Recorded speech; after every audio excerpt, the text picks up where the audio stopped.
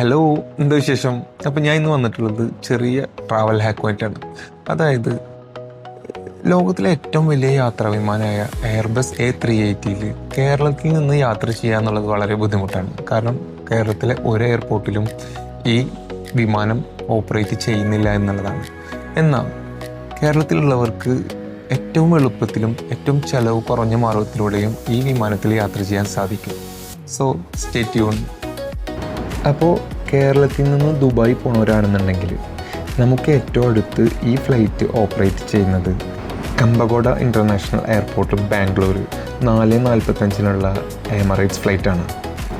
തൃശ്ശൂരിൽ നിന്നാണെങ്കിൽ ഈ സമയത്ത് ബാംഗ്ലൂർ എത്താൻ ഏറ്റവും ബെറ്റർ മാർഗം വൈകിട്ട് 3:20 വന്ദേ ഭാരത് എക്സ്പ്രസ് ആണ്. വന്ദേ ഭാരതിലുള്ള ഈ യാത്ര തന്നെ ഒരു അടിപൊളി എക്സ്പീരിയൻസ് ആയിരിക്കും. കേരളത്തിൻ്റെ പച്ചപ്പും കുന്നുകളും പുഴകളും കാടുകളും എല്ലാം കണ്ടുകൊണ്ടുള്ളൊരു യാത്ര. രാത്രി 11 മണിയോടെ ബാംഗ്ലൂർ റെയിൽവേ സ്റ്റേഷനിൽ എത്താം.